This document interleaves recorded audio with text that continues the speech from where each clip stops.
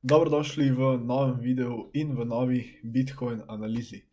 Že dolgo nismo delali Bitcoin analize na kanalu, mislim, da nazadnje je bila okoli 2 tedna nazaj, ko je bil Bitcoin v bistvu še nad 30 000, tako da se opravičujem, da prejšnji teden ni bilo analize, ampak so bila v bistvu dosti zasedena tudi za to spletno stranjo, ki smo jo launčala prejšnji teden.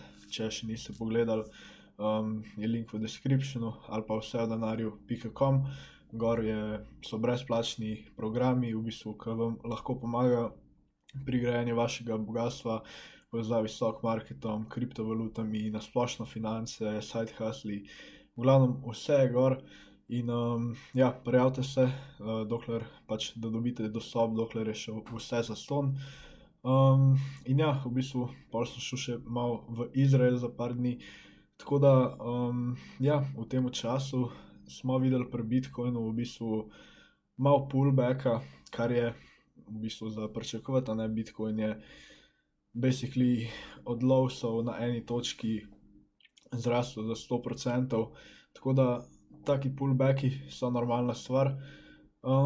Bomo si pa danes v bistvu pogledali, kaj so zdaj neki targeti, kaj lahko pričakujemo, da Bitcoin doseže v tem pullbacku in v bistvu tudi, kaj pol pričakujemo za naprej. Jaz sem še vedno, kar se tiče long term bullish, da ne gremo pač na nove lowse, pod te lowse, ki smo jih videli v novembru. Bomo si pogledali danes, do kam je možno, da gremo. In v bistvu, če si kar pogledamo nekako prvo ta two-day time frame, smo v bistvu lahko nekako ta pullback pričakovali. Kakor sem rekel, mi sem žal, da nisem naredil prejšnji teden videa, zato ker smo v bistvu videli en lep bearish divergence na two-day time frameu, se pravi, to pomeni lower highsi na RSI indikatorju, medtem ko je price action v tem času delal higher highs, ne. Se pravi, v bistvu smo lahko pričakovali manjši pullback, ampak zdaj si lahko pogledamo eno drugo stvar, nek nov setup, ki se v bistvu dela isto na two-day time frameu, in to je, se pravi, tale volatility proti stochasticu. Teh setupov smo zdaj že dosti veliko videli na kanalu, tokrat je ta v bistvu na two-day time frameu. In kaj moramo tukaj gledati? Se pravi, volatility, ki je prikazan s tem indikatorjem BBWP, je prišel pod 10 percentilov, kar pomeni pač low volatility, a ne. In pol, ko v bistvu vidimo, da se volatility expanda, se pravi nad 10 percentilov, nad to črto, pol lahko pričakujemo ponavadi malo večje premike. Zdaj pri two-day time frameu je to v bistvu 25% povprečno, no, in pol si lahko pomagamo z stochasticom, ki je v bistvu zadev smer premika približno 80% časa. No, in stochastic je trenutno obrnjen navzdol, kar pomeni, da nam da to v bistvu dosti bias za nek pullback, a ne. Zdaj, če si pogledamo v bistvu, se pravi, teh 25%, kam bi to pripeljal Bitcoin, 25%, bi Bitcoin prinesel na, mislim, da tam okoli 23 000. Zdaj tukaj bi omenil še prvo standardno deviacijo, ki je v tem primeru 8%, se pravi, to pomeni, da bo se 2/3 rezultatov do zdaj sta pač prišle, se pravi, med 17 pa 33%.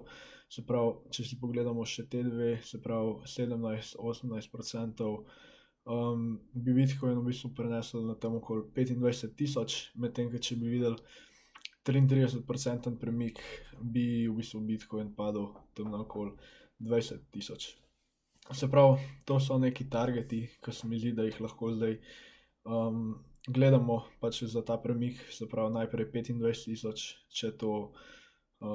če to pol breakamo, a ne, to je bil tudi tukaj ta v bistvu resistance 25 000, če to breakamo, se mi zdi, da pol lahko Bitcoin pade tudi vse do 20.000. Kakor sem pa rekel, se mi zdi, da lovci so že in da pač ne bomo videli več v bistvu Bitcoina nižji, kot je bil novembra ali oktobra tam na 15.000. Ok. Ta pullback smo lahko pričakovali v bistvu tudi iz ene druge analize. Če se spomnite, nedolgo nazaj smo v bistvu gledali tale Bitcoin halving, se pravi, Bitcoin halving je event, kjer se v bistvu razpolovijo te nagrade, kakor za Bitcoin minerje v bistvu. No in kaj smo v bistvu do zdaj vedno videli nekako, da je Bitcoin vedno eno leto pred halvingom je v bistvu breakal nek downtrend. Vidimo v bistvu, tukaj je bilo to 53 tednov, se pravi 52 tednov je eno leto, ne? Tukaj je bilo to isto 53 tednov, zdaj tukaj je bilo to 59 tednov.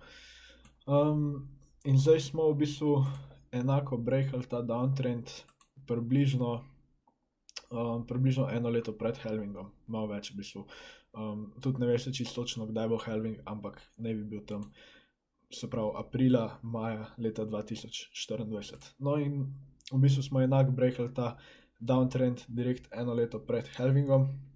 Zdaj pa, če si pogledamo v bistvu za preteklost, je tukaj povprečen premik bil 140% pač od tega, ko smo breakali ta downtrend, pa do v bistvu naslednjih major highsov. Se pravi, 140% je velik, ampak morate vedeti v bistvu, da pač sta se dva od teh halvingov v bistvu zgodila v dosti takih zgodnjih fazah Bitcoina, ki so bili pač premiki večji verjetno, kakor bojo zdaj, zato ker, mislim, se je logično, ne, Bitcoin je bil dosti manjši.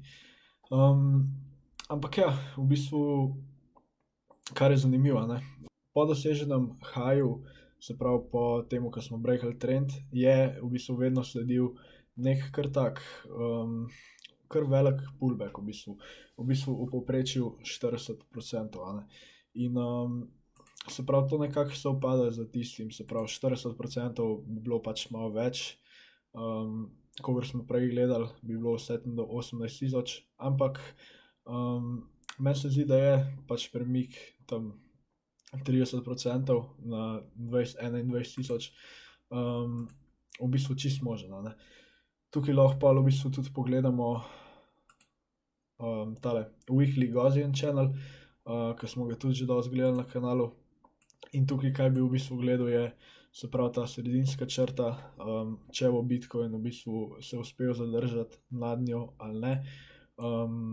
Moramo vedeti pač, da če se close Bitcoin pod to črto, je možno, da bomo videli premik nazaj vse do te spodnje črte, ne, ki pa je trenutno na 21.000 in v bistvu se kanal premika tudi navzdol, ne. Se pravi, kakor sem rekel, več v bistvu teh indikatorjev, več setupov kaže, da je možen pullback vse tam do 20.000, 21.000.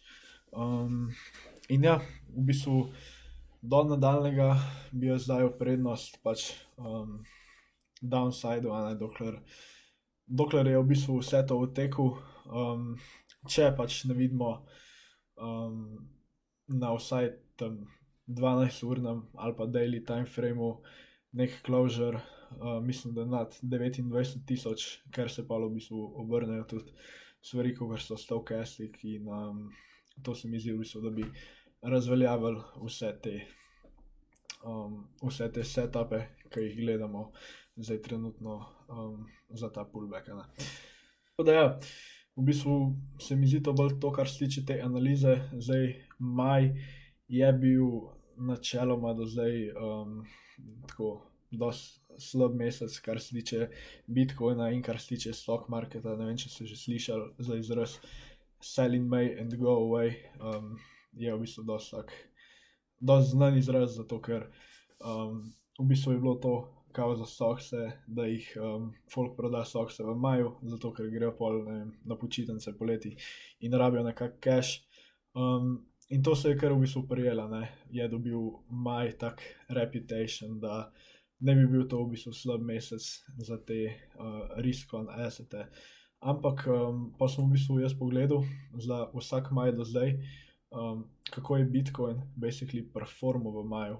In oziroma ne niti to, kako je performal v maju, ker pač ne vem, kaj naj bi zdaj pomenil ta sell in may go away, a se proda na začetku maja, a se proda na koncu maja, bolj kako je performal po maju.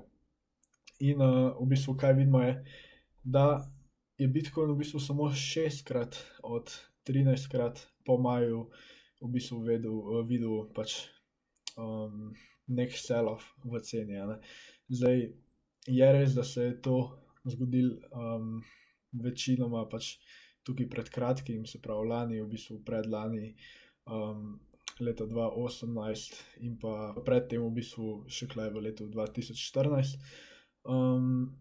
Ampak ja, v bistvu maj, če gledamo statistično, ni bil spet toliko slab, ampak ja, je pa definitivno maj eden izmed teh mesecev, ki je mogoče pač malo slabši kakor ostali, kar se tiče risk assetov, kakor je recimo tu september je eden izmed teh mesecev.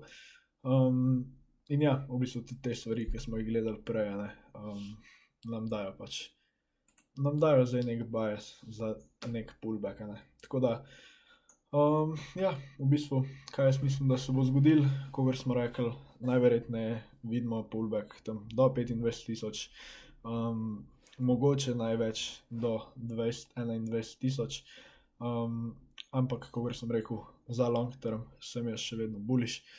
Tako da ja, v bistvu bo to za današnjo analizo, mogoče malo bolj kratka danes. Če vas zanima Bitcoin trading, je spodaj Bybit link, kjer lahko dobite nek sign-up bonus, ki se prijavite in začnete tradati na Bybit platformi. Ja, to je to za ta video, hvala, ker ste gledali, pa se ga v naslednjem videu.